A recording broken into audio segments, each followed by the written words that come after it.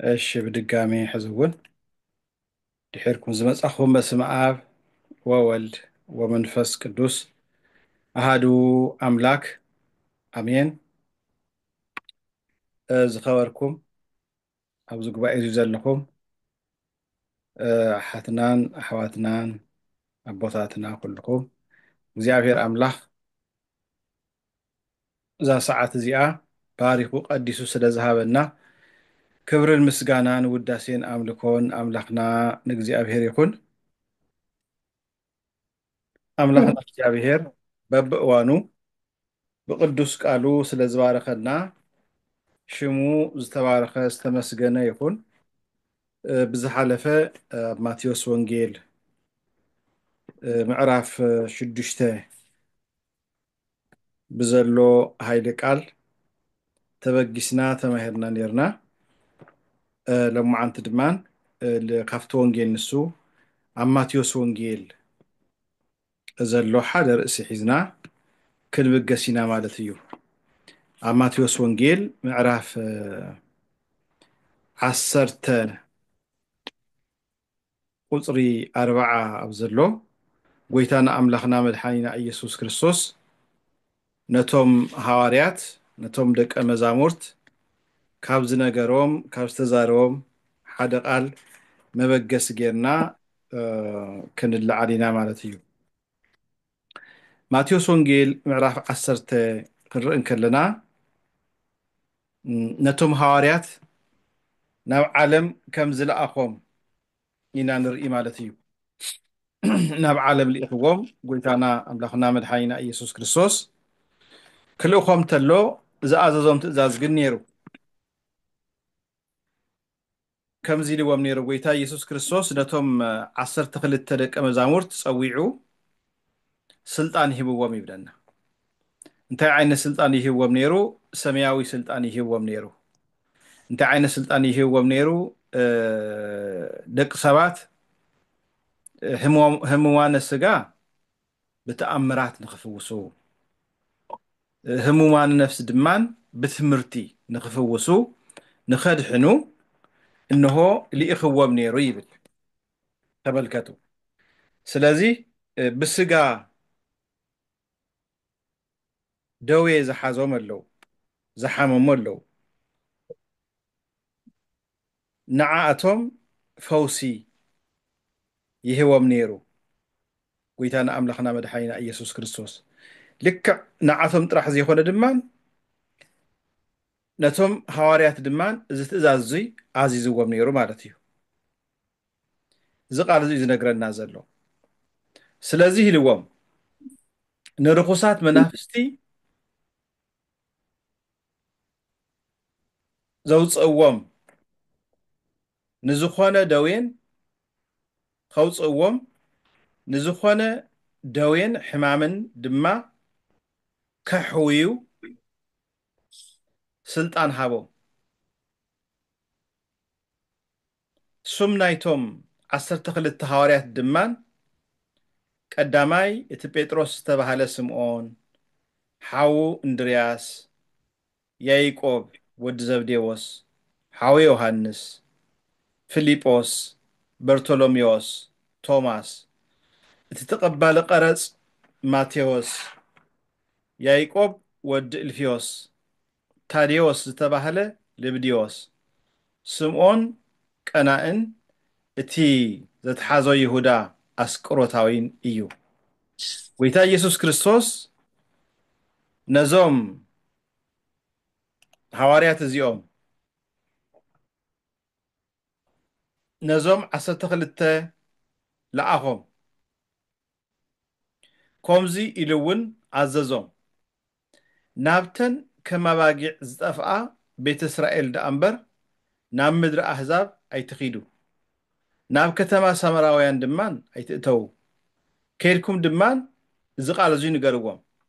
منقصة سمايات قريبا لامو نابلكم سباخو حمومات أحويو موتان أتسؤو لمصامات أنصحو آغان ننتوصو بزي واغا استقبلكمو بزي واغا هاو أو قناتكم ورقي برور وينحاس أي تحازو كومو ስንቂ ንመገዲ ወይ ክልተ ክዳን ወይ ኣሳእን ወይ በትሪ ኣይተሓዙ ንሰራሕተኛ ዓስቡ ይግብኦ እዩ እሞ ኣብ ዝኣተኹምዎ ከተማ ወይ ዓዲ ኣብኣ እቲ ብቑዕ መን ከም ዝኾነ ጠይቑ ክሳዕ እትወፁ ድማ ኣብኣ ጽንሑ ኣብ ገዛ ክትኣትዉ እንተለኹም ሰላም በልዎ እቲ ገዛቱይ ዝግብኦ እንተኾይኑ ሰላምኩም ይሓድሮ ዘይግብኦ እንተኾይኑ ድማ ሰላምኩም ንዓኻትኩም ይምለስ እንዳበለ ጎይታና ኣምላኽና መድሓኒና ኢየሱስ ክርስቶስ ነቶም ደቀ መዛሙርት ነቶም ሐዋርያት ኣብ ኣገልግሎቶም ዘጋጥሞም ነገራት ምንም ዓይነት ነገር ምንም ዓይነት ስንቂ ይተሓዙ ኣብቲ ዝኣተኹሞ ስፍራ ድማ ናብቲ ዝኣተኹሞ ቦታ ሰላም ንዓኻትኩም ይኹን በልዎም እቲ ሰላም ዝሓዝኩሞ ሰላም ሰላማዊ ኢየሱስ ክርስቶስ ንዑ እንድሕር ተቐቢሎም ክድሕኑ እዮም እንድሕር ዘይተቐቢሎምኩም ኮይኖም ግና ንግፉ ፀበለ እገሪኩም ካብ ጫማኹም ሓመድኩም ነጊፍኩም ውፁ ኪዱ ኢሉ ንሃዋርያት ኣዚዝዎም ማለት እዩ ስለዚ ናይ ሃዋርያት ዓላማ እንታይ እዩ ነይሩ እንተኢልና ከምቲ ኣብቲ ማቴዎስ ወንጌል ምዕራፍ 5 ዝረኣናዮ ንሃዋርያት አንትሙ እቱ ጽየው ለምድር አንትሙ እቱ ብርሃኑ ለዓለም ንስኻትኩም ናይ ዓለም ብርሃን ኢኹም ናይ ዓለም ብርሃን ተባህለ ጎይታ ኢየሱስ ክርስቶስ እዩ ንሱ ብባህሪኡ ናይ ዓለም ብርሃን እዩ ንሃዋርያት ድማ ንስኻትኩም ናይ ዓለም ብርሃን ኢኹም ብናታትኩም ብርሃንነት ዓለም ክትበርህ እያ እቲ ኣብ ዓለም ዘሎ ርኩሰት እቲ ኣብ ዓለም ዘሎ ኢሞራሊቲ ኮራፕሽን ብምሉኡ ክጠፍእ እዩ ብመን ብናይ ሃዋርያት ኣስተምህሮ ማለት እዩ ናይ ሃዋርያት ዓላማ እዚ እዩ ነይሩ ትስተላእኽዎ ማለት እዩ ትስተላእኽሉ ዓላማ እዚ እዩ ነይሩ ስለዚ ነቶም ሃዋርያት ካብ ዝነገሮም ካብ ዝሃቦም እዚ ስልጣን እዚ ደኣ እንተ ደኣ ኮይኑ ሕዚ እውን ኣብ ማቴዎስ ወንጌል ምዕራፍ 10 ብዘሎ ድማ እዚ ቃል እዚ ኢልዎም ተዛራባይ መን እዩ ጎይታና ኣምላኽና መድሓኒና ኢየሱስ ክርስቶስ እዩ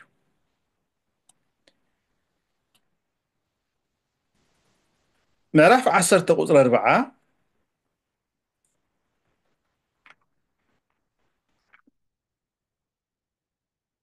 ከምዚ ዝብል ቃል ነንብብ ማለት እዩ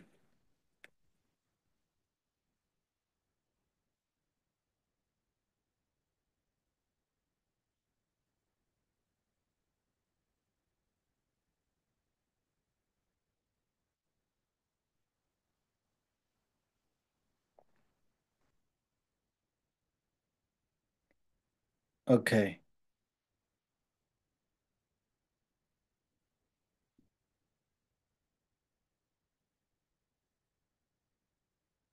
እቲ ነብኡ ቁፅሪ 37 ጀሚር ንሪኦ እንተለና ማለት እዩ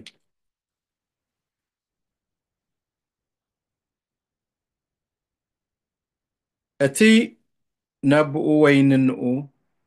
ካባይ ኣብሊፁ ዝፈቱ ንዓይ ዝግባእ ኣይኮነን ንወዱ ወይ ንጓሉ ካባይ ኣብሊፁ ዝፈቱ እውን ንዓይ ዝግባእ ኣይኮነን ተመልከቱ ሕዚ ኣብ ምብልላፅ እዩ እኒሄ ነብኡ ሰብ ክፈትዮ የብሉን ነንኡ ሰብ ክፈትዮ የብሉን ንወዱ ንጓሉ ሰብ ክፈትዮ የብሉን ኣይኮነን ዝብል ዘሎ ነገር ግን እቲ ቃል ብደንብ ጌርና ነሰብዕሉ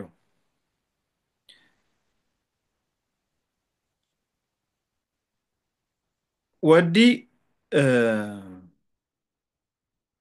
እቲ ነብኡ ወይ ንንኡ ካባይ ኣብሊፁ ዝፈቱ ንዓይ ዝግባእ ኣይኮነን ንወዱ ወይ ንጓሉ خابا يبليسو زفتون نعايز قبا أيكونن اتمسكالو صيرو ددحري زي ختل نعايز قبا أيكونن نهيوتو قد حنا زدلي كتفا أيو نهيوتو مئنتاي زتفا أقنا كد حنا أيو جينا السعودية قبا تملكتو اتمسكالو صيرو ددحري زي ختل انتاي مالتي مسكال كبهالن كلو زي بزح ترجم اللو قلت مسكال وانو انت أي مكرا مالتي مكرا بمكرا زي مثلا انت اهلي خوينو نعايك خونا يخيل مغنياتهم ناي كرسنا مجدي مكراي مسقلي كل جزء تمجدي تطح بايتا يكونن مچو بايتا يكونن لعلن تحتن وصا اوردنا لو مالتي سلازيلو تنا عايز ختلني نعاي مسقلو صيرو زي ددحراي زي ختل نعاي اي يغبانيو نهيوتو قد احنا زدل دمان كطفا ايو تاي مالتيو سغو خدكم ايو سغو بصوم بصالوت ناي سغا مچوت يكونن زدلي ناي نفس مچوت يزدلي مغنياتهم نفسن سغان بحاده ينزلوا سلازي ندل يخن فصمه ينخل ناي غبر سغان دحب نغبر كوينا مالتي ناي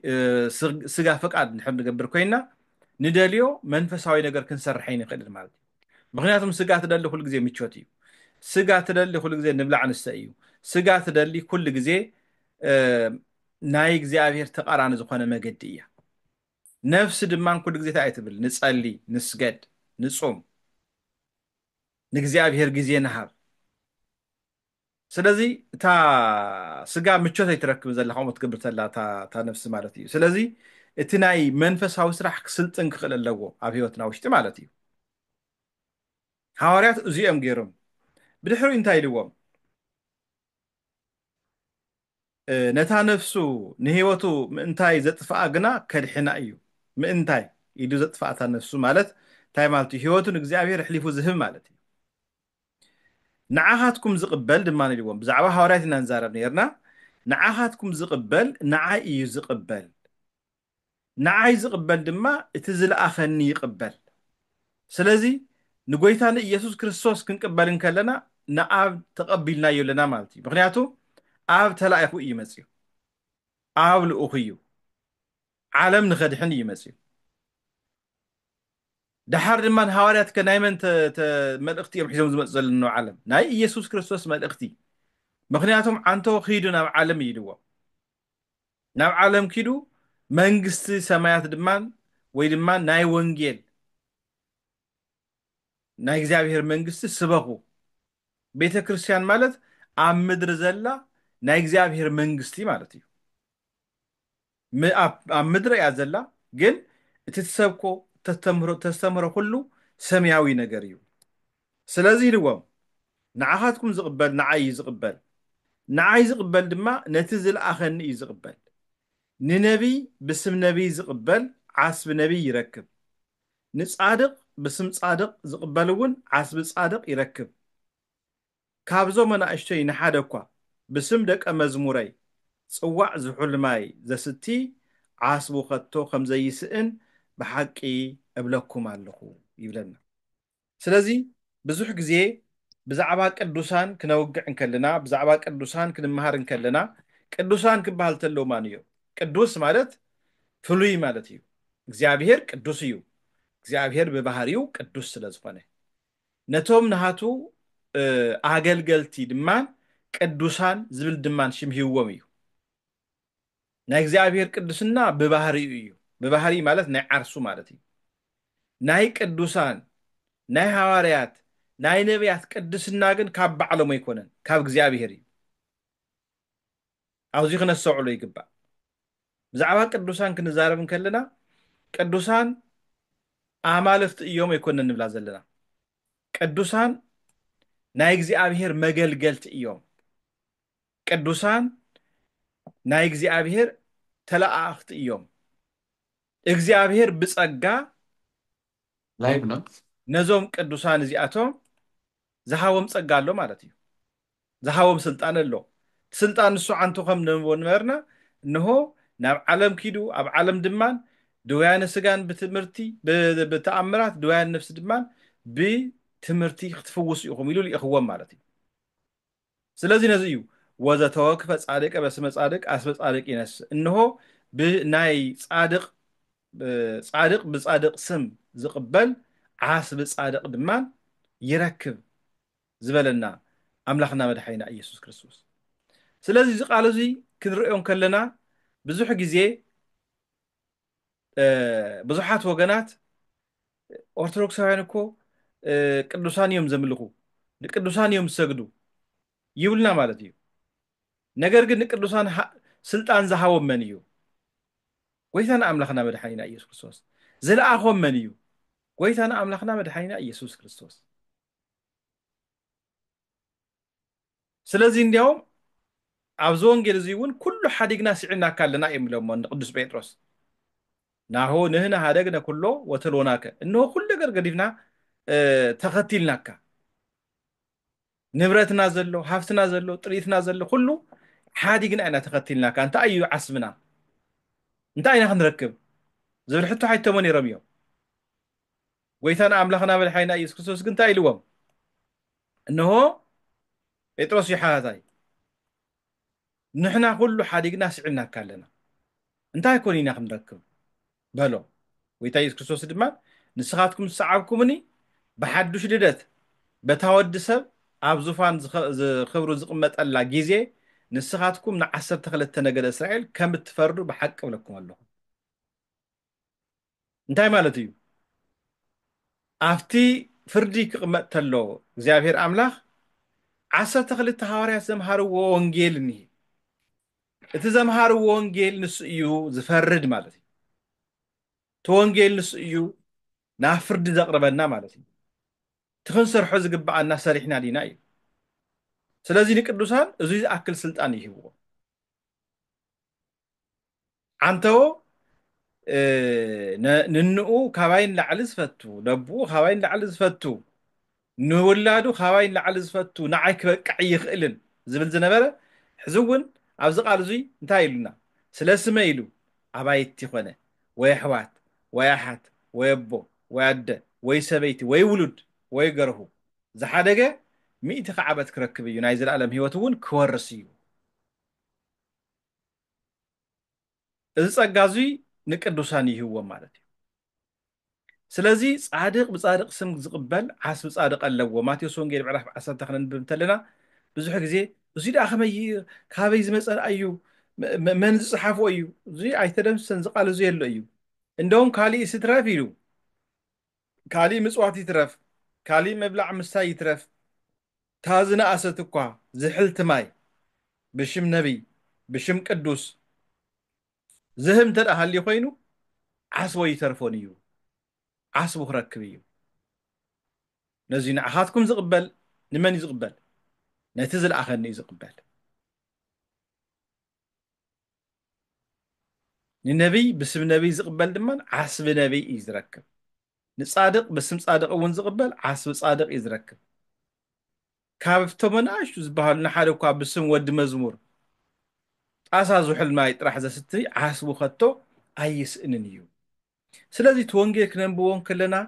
እዙይ ብዛዕባ ቅዱሳን ብደንብ ብግልፂ ገይሩ የቕምጠልና ማለት እዩ ስለዚ ጻድቕ ዓስቢ ጻድቕ ይረክብ ክብለና ከሎ እንታይ ማለት እዩ ጻድቕ እንታይ ማለት እዩ ጽድቂ እንታይ ማለት እዩ ጻድቕ ማለት ትርጉሙ ክንሪኦም ከለና ብሕጊ ዝጸንዐ ከም ፍቃድ ኣምላኽ ዝኸይድ ሓቀኛ ሰብ ማለት እዩ እውነተኛ ማለት እዩ ተመልከቱ ሓቀኛ ሰብ ሓዳር ብሕጊ እግዚኣብሔር ዝነብሩ እንድሕር ኮይኖም ሂወቶም ብቅድስና ዝመርሑ እንድሕር ኮይኖም ጻድቃን ይበሃሉ ሓቀኛታት ይበሃሉ ኣብዚ ክሪኢ ከለና ጽድቂ ዝብል ጻድቕ ዝብል እግዚኣብሔር ብባህሪው ጻድቕ ይብለና ብባህሪው ብተፈጥሮ ማለት እዩ ካብ ባዕሉ ዝኾነ ጽድቂ እዩ ነቶም ቅዱሳን ግን ጻድቃን እዩ ክንብሎ ጻድቃን እዮም ክንብሎም ከለና ካብ እግዚኣብሔር ብዝረኸብዎ እዩ ንኣብነት ፀሓይን ወርሕን ውሰዱ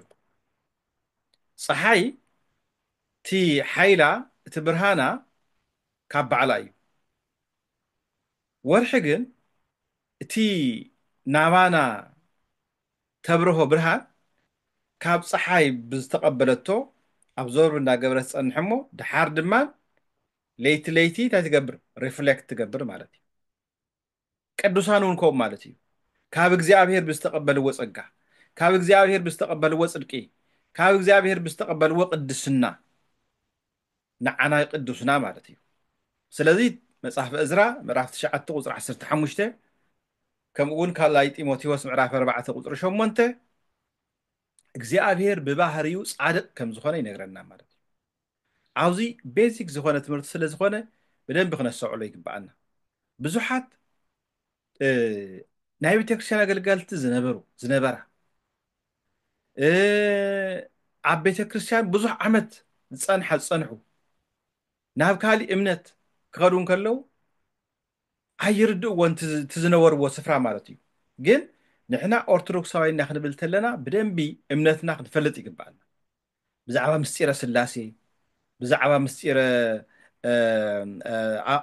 ሓሙሽተ ኣእማደ ምስጢራት ብጠቕላላ ማለት እዩ ከምኡ እውን ብዛዕባ 7 ምስጢራት ቤተ ክርስቲያን እዚ ብደንቢ ክንጥንቅቕ ይግባአና ካብኡ ኸ ብዛዕባ ነገረ ማርያም ብዛዕባ እመቤታችን ቅድስተ ቅዱሳን ድንግል ማርያም መን እያ ዘለዋ ስልጣን እንታይ እዩ ብዛዕባ ነገረ ቅዱሳን ብዛዕባ ነገረ መላእክት እዚ ዶክትሪናል ዝኾነ ነገር ስለ ዝኾነ ብደንብ ክንርድኦ ክንመሃሮ ይግባአና ማለት እዩ ስለዚ ሰባት ከም ኣምላኽ ሕጊ እንድሕር ደኣ ነይሮም ኮይኖም ጻድቃን ይበሃሉ ከም ፍቃድ እግዚኣብሔር እንድሕር ነይሮም ኮይኖም ጻድቃን ተባሂሎም ይጽውዑ ማለት እዩ ንኣብነት መን እዮም ተባሂሎም ተየልና ኣብዚ ኦሪት ዘፍጥረት ምዕራፍ 6 ቁጥሪ 9 በዓል ኖህ ጻድቃን እዮም ተባሂሎም ኣሎ ሉቃስ 1:6 ድማ ዘካርያስን ኤልሳቤጥን ኣብ ቅድሚ እግዚኣብሔር ጻድቃን ነይሮም ይብል ትናብራውን ኮዩ ተሓዳሮም ብቅድስና ተሓዘ ስለ ዝኾነ ሕጊ እግዚኣብሔር ሓልዮም ስለ ዝነበሩ ብንጽህና ስለ ዝነበሩ እግዚአብሔር ዝብሎም ዝእዝዞም ትእዛዝ ይገብሩ ስለ ዝነበሩ እዚኣቶም ጻድቃን ነበሩ ይብለና ተቃሉ ብደንብ ጌርና ክንሪኦም ከለና ሉቃስ ወንጌል ምዕራፍ 1 ቁጥሪ 6 ብዛዕባ ኤልሳቤጥና ዘካርያስ ናብርኦም ንሪኦም ከለና ብዘመን ሄሮድስ ንጉስ ይሁዳ ሓደ ካብ ክፍሊ ክህነት ኣብያ ዝኾነ ዘካርያስ ዝበሃል ካህን ነበረ ይብለና ካብ ዘርኢ ኣሮን ዝኾነት ኤልሳቤጥ እትበሃል ሰበይቲ ድማ ነበረቶ ይብል እሞ ብዛዕባ ሓዳሮም ገልጽ ተሎ ክልቲኦም ከዓ ኣብ ቅድሚ እግዚኣብሔር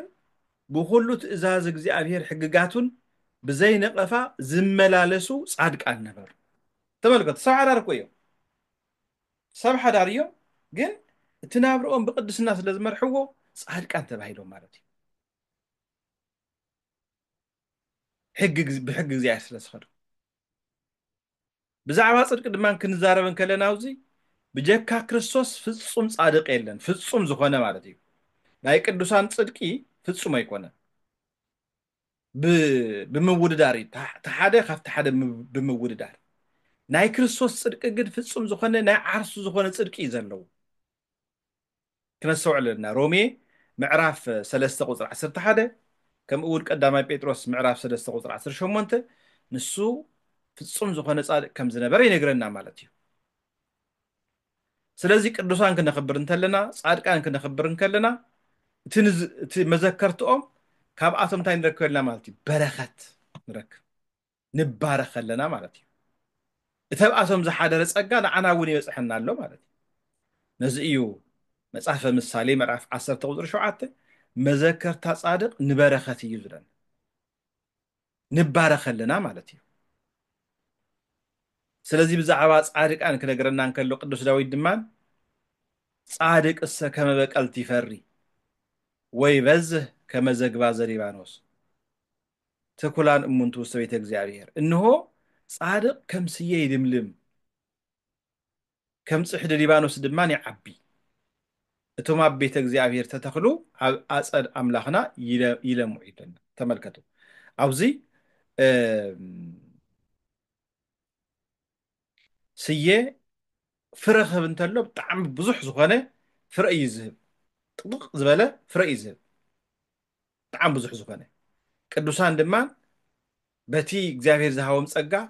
30 60 ሚእቲ ፍረ የፍርዩ ማለት እዩ ፍረ ሃይማኖት ካልእ ድማ እዚ ዓውሊዕ ኣብ ሊባኖስ ዝርከብ ዓውሊዕ ንሱ ድማ ሊባኖስ ብኡ እያ ትፍለጥ ስለዚ ቅዱስ ንሱ ድማ ብምንታይ እዩ ዝምሰል ንምንታይ እዩ ወይ በዝህ ከመ ዘግባ ዘሊባኖስ ዓውሊዕ ብዙሕ ግዜ እቲ ዕንጨይቲ ናይ ዓውሊዕ ወይ ድማ ወይራ ዘይት ዝብልዎ ማለት እዩ እንታይ ኣለዎ ሓደ ንታቦት መቕለፂ ዝኸውን ንሱ እዩ ዘይነቅዝ እዩ ካልኣይ ድማ ቁርን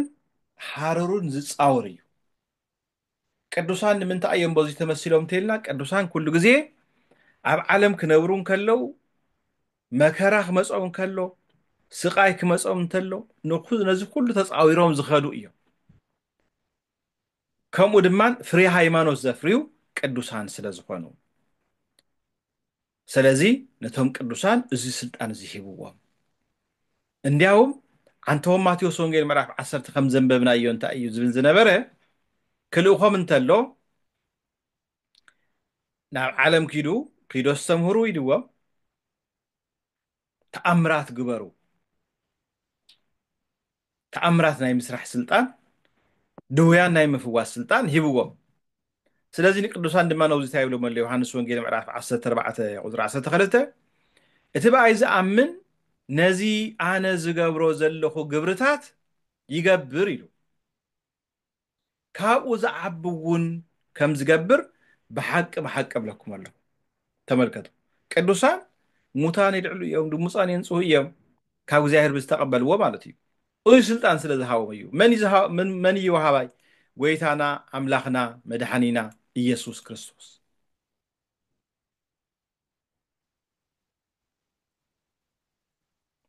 ስለዚ ነዞም ቅዱሳን እዚኦም መግለፂኦም እንታይ እዩ ክንብል ተለና ውሉድ እግዚኣብሔር መግለፂኦም እንታይ እዩ ተልና ውሉድ እግዚኣብሔር ይበዝሑ ኩሉ ግዜ ፍሬ የፍርዩ ማለት እዩ ፍሬ ሃይማኖት የፍርዩ ይሰብኩ የስተምህሩ ከምኡ እውን እቲ ናይ ሊባኖስ ዝግባ ዝበሃል እንታይ እዩ ክሳብ ዝኣርግ እዩ ዘፍሪ ቅዱሳን እውን ክሳብ ዕለት ፍጻሜ ፍሬ ሃይማኖት ኣለዎም ትምህርቲ ሃይማኖት ኣለዎም ኣብ ዓለም እንዳኸዱ ይሰብኩ የስተምህሩ ማለት እዩ ካልእ ኣብ ጥቓ ማይ ዝተተኽለት ቆፅሊ ኩሉ ግዜ ወይ ድማ ተኽሊ እንታይ ኣይፍልያን እዩ ዝብል ልምላሜ ይፍልያን እዩ ዝብል ኩሉ ግዜ ተፍሪ ኣብ ዋሕዚ ማይ ስለ ዘላ ማለት እዩ ቅዱሳን ድማ ኣብ ቤተ እግዚኣብሔር ስለ ዝተተኽሉ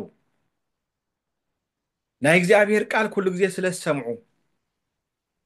ልምላሜ ሃይማኖት ኣለዎም ፍሬ ሃይማኖት ኣለዎም ምክንያቱም ኣብ ቤተ እግዚኣብሔር ክንትከል እንተለና ኩሉ ግዜ ቃል እግዚኣብሔርና ንሰምዕ ናብ ቤተ እግዚኣብሔር ክንመፅእ ከለና ኩሉ ግዜ እዚ ዓለም እዚ ንዓና ከንቱ እዩ ዝጠቅም ኣይኮነን ኢላ ትነግረና ቤተ ክርስቲያን ኢሉ ዝነገረና መፅሓፍ ቅዱስ ስለዚ ኩሉ ግዜ ሂወቶም እንታይ እዩ ዝኸውን ልምላሜ ሃይማኖት ኣለዎም ማለት እዩ ፍሬ ሃይማኖት ኣለዎም ማለት እዩ ንሕና እውን እንደውም ቅዱስ ዮሃንስ አፈወርቅ እንታይ እዩ ዝብል ኣእጋርኩም ልክዕ ከም ናይ ብረት ሽንካር ኣብ ቤተ ክርስቲያን ዝተተኽላ ይኹና ይብለና ኣብ ቤተ ክርስቲያን ክንትከል ከለና ኩሉ ግዜ ልምላሜ ሃይማኖት ኣለና ኣብ ዓለም ዘሎ ተስፋ ምቁራፅ ንዓና ምንም ኣይኮነ ተስፋ ይንቆርፅን ማለት እዩ ኣብ ዓለም ክነብር እንተለና ኩሉ ግዜ ሎማዓንቲ ሕጉሳት ንኸውን ፅባሕ ንሓዝን ኦን ኤንድ ኦፍ ኢና ማለት እዩ ነገር ግን ብመገዲ እግዚኣብሔር ክንከተልና ኩሉ ግዜ ልምላሜ ኣለና ንምንታይ ተስፋ ዘይቆርጽ ቃል ኣምላኽ ስለ ዘለና ማለት እዩ ቅዱሳን እውን እዚኦም ነይሮም ማለት እዩ ስለዚ እዞም ቅዱሳን እዚኦም ኩሉ ግዜ በቲ ዝህቡና ጸጋ ምእንታና እውን ይጽልዩ ምእንታና እውን ይልምኑ ነዚ ቅዱስ ያዕቆብ ንሆ ጸሎት ጻድቕ ብግብራ ብዙሕ እያ ተስልጥ ዓብይ ስራሕ እያ ትሰርሕ ዓብይ ተግባር እያ ትገብር ሓደ ሓደ ወገናት እቶም ቅዱሳን እኮ ሰባት እዮም ይብሉና እዎ ሰባት እዮም ልክዕ ከማና ደቂ 9 ወርን 5 መዓልትን ነገር ግን እግዚአብሔር ዝባረኾም ቅዱሳን መጽሓፍ እውን የግረና እዩ ኤልያስ ከማና ድኻም ዘለዎ ሰብ እዩ ነይሩ ነገር ግን ዝናብ ከይዘንብ ግን እንታይ ገይሩ ጸልዩ 3 ዓመትን 6 ወርሕን ኣብ ምድረ ይዘነበን እንደገና ድማ ጸልዩ ድሓር ድማ ተለጊሙ ዝነበረ ሰማይ እንደገና ዝናብ ሂቡ ስለዚህ ተፈጥሮ ናይ ምቁጽጻር ስልጣን እውን ሂቦም እግዚአብሔር ንመን ቅዱሳን ንመን ሐዋርያት ስለዚህ ዝነግረና ተወንጌል ክነብቦ ተልና ብግልጽ ዘቕምጠልና ማለት እዩ ካልእ ብዛዕባ ቅዱሳን ድሕር ዳኣ ነውግዕ ኮይና ድሕር ዳኣ ንምሃር ኮይና ብዙሕ ግዜ እንታይ ዓይነት ሕቶ እዩ ዘቕርቡልና ቅዱሳን ምእንታና ይልምኑ ድዮም የማልሉ ድዮም ይብልና ማለት እዩ እወ ምእንታና ይልምኑ ቁርባን እግዚአብሔር ስለ ዝኾኑ ስለዚህ ብክልተ ክንከፍሎ ንኽእል ኢና ብሂወተ ስጋ እንዳሃለው ብኣጸደ ነፍሲ እንዳሃለው ኦሪት ዘፍጥረት ምዕራፍ 18 ቁጽሪ 22 ክርአን ከለና አብርሃም ምእንቲ ሰዶም እዩ ምእንቲ ሰዶምን ጎሞራን ጸልዩ ወአምላኽና እግዚአብሔር ኣብዛ ምድሪ እዚኣ ኣይተጥፋእ እያ ንሰዶምን ጎሞራን ኣይተጥፋእ እዮም 30 ጻድቕ እንድሕር ሃልዩ 25 ጻድቕ እንተሃልዩ 20 ጻድቕ እንድሕር ሃልዩ 10 ጻድቕ እንዳሃለ ደወሪዱ ማለት እዩ እንታይ ዝገብር ዘሎ ምእንቲ ሰዶምን ገሞራን ኣብ ሰዶምን ኣብ ገሞራን ዘለው ህዝቢ ምእንታቶም ይጽል ዘሎ ማለት እዩ ከምኡውን ኦሪት ዘፍጥረት ምዕራፍ 20 ቁጽሪ 6 ክንርኢ ከለና አብርሃም እንቲ አበሜሌክ ጸልዩ እዩ አበሜሌክ ዝበሃል ንጉስ ሓደ ግዜ ኣብ መገዲ ክጓዓዙ ከለው ንሳራ ከይቀትልዎ ፈሪሑ አብርሃም ሓፍተ እያ ኢልዎም ማለት እዩ ንዓውን ሓወ ይበል ኢልዋ ማለት እዩ ብድሕሪኡ እዚ ንጉስ ጽብቕቲ ስለ ዝነበረ ተወሲድዋ ድሓር ግን መላከ እግዚአብሔር ቀሲፍዎ ይብለና ከይትንክፋ እንዲያውም ቲ ሰብኣ ነቢይ ስለ ዝኾነ ይጸልየልካ ተባሂሉ ማለት እዩ አበሜሌክ አብርሃም እንተ አበሜሌክ ጸልዩ እዩ ለሚኑ እዩ ማለት እዩ ኦሪት ዘጸአት ምዕራፍ 32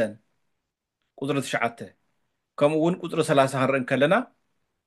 ሙሴ ምእንቲ ህዝቢ እስራኤል ጸልዩ እዩ እንደውም ኢሉ ንዓይሲ ንዓቶም ድሕሪ ዘይትምሕሮም ኮይንካ ህዝቢ እስራኤል ዘይትምሕር ድሕር ኮይንካ ካብ ናይ ህይወት መጽሓፍ ደምሰኒ ክሳብ ዝብል ይኮይኑ ቅዱሳን ክሳዕ ክንድዙ እዮም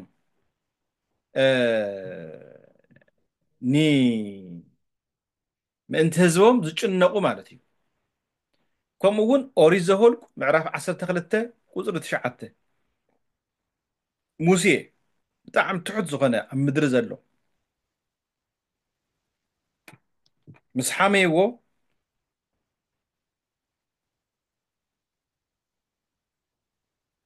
ማርያምን ኣሮንን ማርያም ብለምፂ ተወቂዓ እዩ ዝብል ሓፍቱ ብድሕሪኡ ግን ንሱ ነቢይ እዩ እሞ ይጸልየልኩም እዮም ተባሂሉ ማርያም ምጽላይ ትኽእል ነይራ ድያ እህተ ሙሴ ትኽእል ነይራ እያ ነገር ግን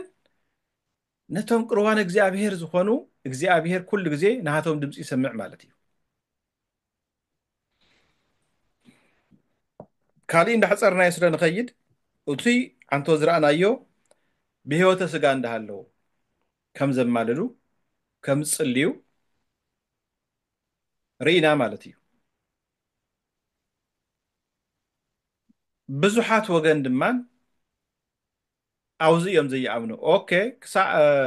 ብሂወተ ስጋ እንዳሃለው ይጽልዮም ይብሉ ያምኑ ብኣጸድ ነፍሲ እንተለው ግን ምእንታና ክጽልዮ ይኽእሉን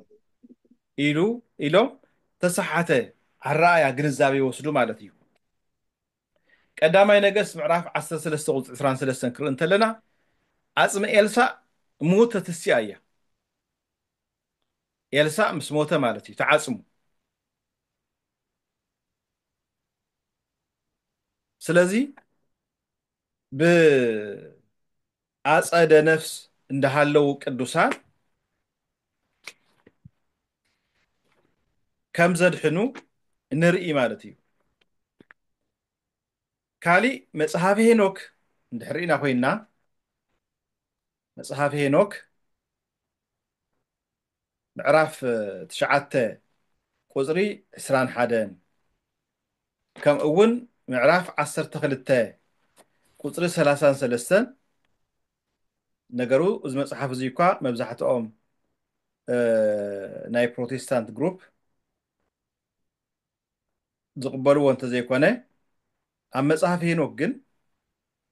ብግልፂ ኣቐሚጡ እዩ እነሆ ናብቲ ናይ ቅዱሳን ስፍራ ወሰደኒ ይብል ሄኖክ እንታይ ዝብል ብዛዕባ ደቂ ሰባት ይልምኑ ይማልዱ ይጸልዩን ረአኹ እዩ ዝብል ኣብቲ መካነ ቅዱሳን ክወስዶም ተሎ እቲ መልኣክ እግዚኣብሔር ከምኡ እውን ሄኖክ ምዕራፍ 12 ቁፅሪ 33 ኣብ ሰማያት ዝነብሩ ቅዱሳን ሓደ ይኾኑ ብሓደ ቃል እውን ይልምኑን ይጽልዩን የምስግኑን ዝብል ቃል ተጻሒፉ ኣሎ ማለት እዩ እዚ ብግልጽ ተቐመጠ እዩ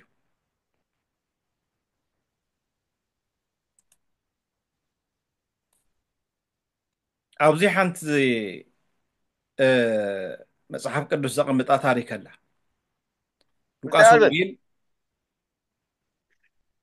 ሉቃስ ወንጌል ምዕራፍ 16 ቁፅሪ 19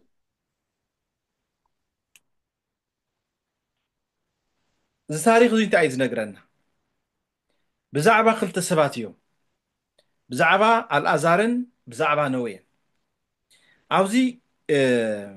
ክነስተውዕሎ ዝግባእ ደቂ ሰባት ምስ ሓለፉ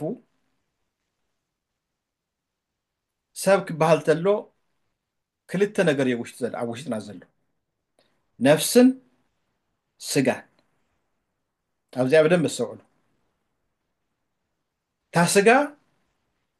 ካብተን 4 ባህርያተ ስጋ ተባሂላ እያ ተፈጢራ ካብ ሓመድ ካብ ማይ ካብ ንፋስ ካብዘን 4 እዚአን ማለት እዩ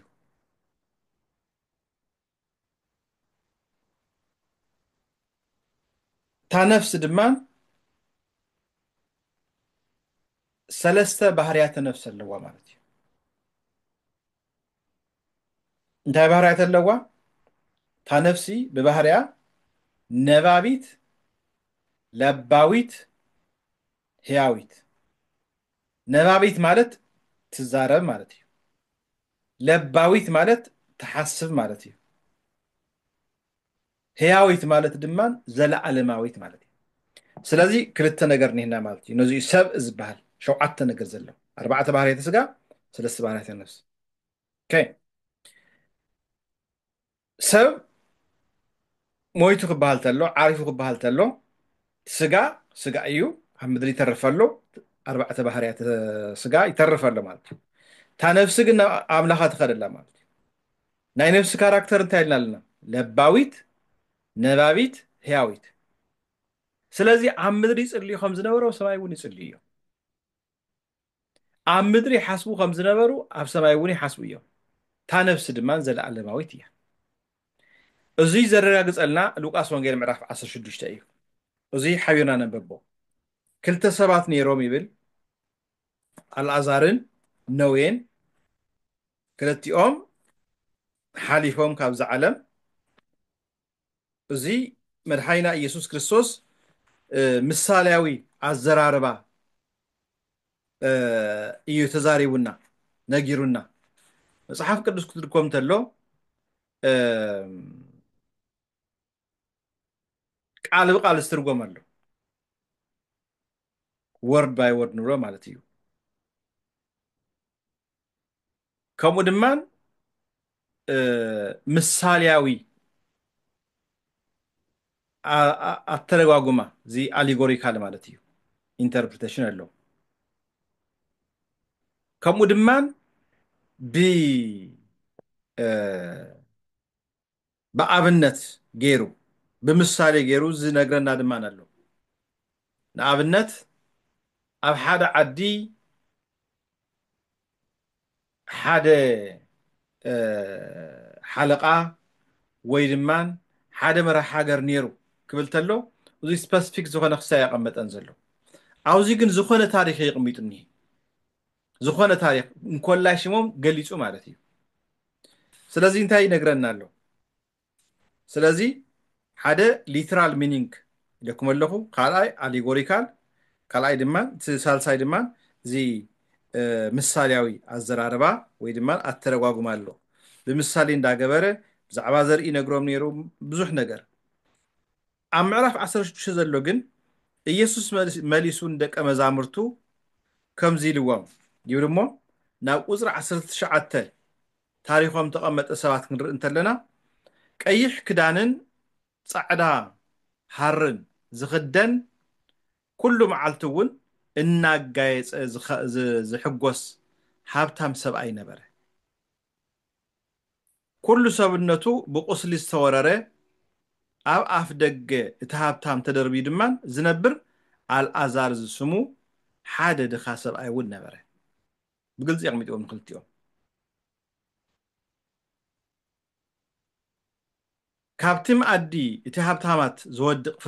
ርፍራፍ ክጸግብ ድማ ሃረር ይብል ነበረ ኣኽላባት እናመፁ ድማ ቁስሉ ይልሕሱ ነበሩ ብድሕሪ እዙይ እቲ ድኻ ሞተ መላእኽቲ ናብ ምንታይ ወሲዶሞ እዩ ዝብል ናብ ሕቑፍ ኣብርሃም ወሰድዎ ኩሉ ግዜ ጸሎት ክጽለ እንተሎ ነቶም ዝዓረፉ ነብሳት ናብ ሕቑፍ ኣብርሃም ይስሐቅ ያዕቆብ የንብረልና እዩ ዝበሃል ኣብ ኣጸደ ገነት ናብ ሕቑፉ ኣብርሃም ወሰድዎ እቲ ሃብታም ድማ ንሞተ ተቐበረ እውን እንዲያውም የገለጾ ተቐበረ እውን ኣብ ሲኦል ኣብ ስቃይ ኮይኑ ዓይኑ ቆላሕ እንተበለ ካብ ርሑቕ ንመን ይርእይዎ ንኣብርሃም ረኣዮ ንኣልኣዛር እውን ኣብ ሕቑፊ ኣብርሃም ረኣዮ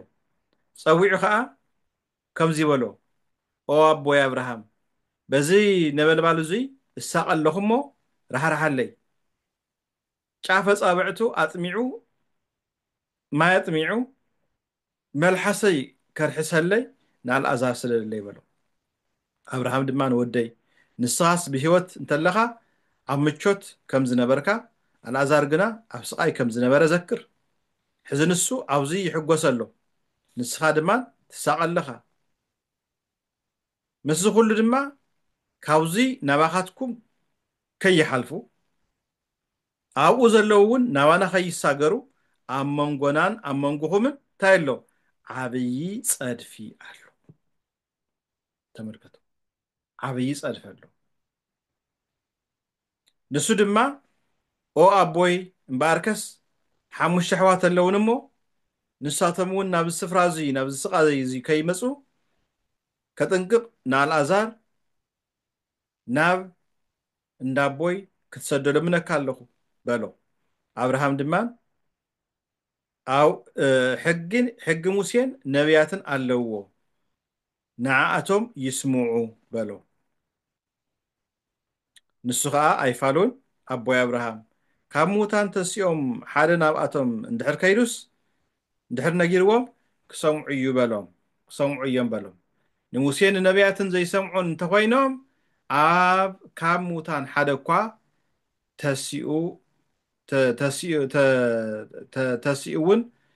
ከቶ ኣይኣምኑን እዮም በሎ እንታይ ማለት እዩ ሙሴን ነቢያትን ኣለዎም ማለት ሙሴን ነቢያትን ኣለዎም ማለት ነዌ ዝልምን ዘሎ እንታይ እዩ ንኣብርሃም ለኣኮሞ ናይ ናተይ ኦረዲ ኮይኑ እዩ ኣብ ሲኦል እየ ዝኒኹ ነገር ግን ንኣልዓዛር ለኣኮሞ ኣሕዋተይ ድማ ኣለዉ ካልኦት 5 ኣሕዋት ኣለዉ ናብ ስቃይ እዚ ከይመፁ እንታይ ግበሮም ምእንታን ንኽኣምኑ ምእንታን ንኽንስሑ እዩ ዝሓትት ዘሎ ኣብርሃም ግን እንታይ ኢልዎ እምበኣር እንታይ ኣለዎም ሙሴን ነቢያትን ኣለዎም እንታይ ማለት እዩ ሙሴ ዝፀሓፎ 5 መፅሓፍቲ ነቢያት ዝፀሓፍዎ መፅሓፍቲ ጠቕላላ መፅሓፍ ቅዱስ ኣለዎም እዚ ኣሚኖም እንድሕር ዘይተመሊሶም ማንም ካብ ሙታት እኳ ተላዒሉ ተነገረና ኣይንሰምዕን ማለት እዩ ነጠቓልሎም ኣልዓዛርን ነዌን ክዘራረቡ ንሰምዕ ኣለና ነዌ ኣብ ስቃይ ከም ዘሎ ንርኢ ኣለና ስለዚ እታ ነፍሲ እንታይ ትገብር ፊል ትገብር እያ ማለት እዩ እታ ነፍሲ ኣብዚ እንዳሃለው ትዛረብ ከም ዝነበረ ትዛረብ እያ ማለት እዩ እታ ነፍሲ ኣብዚ እንዳሃለው ትፅሊ ከም ዝነበረ ትፅሊ እያ ሶ እዞም ቅዱሳን እዚኣቶም ኣብዚ እንድሕር ይፅልዩ ነይሮም እንድሕር ናቶም ኣማላጅነት ልመና እንድሕር ንኣምን ኮይና ኣብ ኣፀድ ነፍሲ እንተለዉ ዳ ንምንታይ እዮም ዘይፅልዩ እንዲያውም ቅዱስ ጳውሎስ ኣብኡ ክንከውን ተለናማ እዩ ዝብል ሕዚ ልክዕ ኣብ ድንግዝግዝ ከም ዘለና ኢና ዘለና ኣብኡ ግን ፍሉይ ዝኾነ ፍልጠት እዩ ዝወሃበና እዩ ዝብል ቅዱስ ጳውሎስ ስለዚ ብዛዕባ ቅዱሳን ክንምሃር ከለና ፍሉይ ብዝበለ ዕሙቕ ብዝበለ ርዲኢት ክንርድኦ ይግባአና ማለት እዩ ምክንያቱም እዚ ስለ ይተረድኡ እዮም ብዙሕ ግዜ ካባና እምነት ዝወፁ ናይ ካሊእ እምነት ተኸተልቲ ብዛዕባ ቅዱሳን ዘለዎ መረኣያ ብዛዕባ ቅዱሳን ልመና ኣማላጅ ኣይኣምኑን ንምንታይ እቲ ዲፕ ዝኾነ ቴዎሎጂ ስለ ዘይፈልጥዎ እዩ ነገር ግን እቶም ቅዱሳን ንሳቶም ምእንታና ይልምኑ እዩ ዝብል መፅሓፍ ስለዚ ቅዱሳን ክነኽብር ከለና ካቤት እንተላዒልና ኣይኮይንናን መፅሓፍ ቅዱስ እዩ ዝነግረና ማለት እዩ ቃል ኪዳን ድማ እግዚኣብሔር ይህቦም እዩ እንታይ ዝብል ቃል ኪዳን ምስ ሕሩየይ ኪዳን ኣተኹ ንዳዊት ባርያይ እውን መሓል ኩሉ ዝብል ኣሎ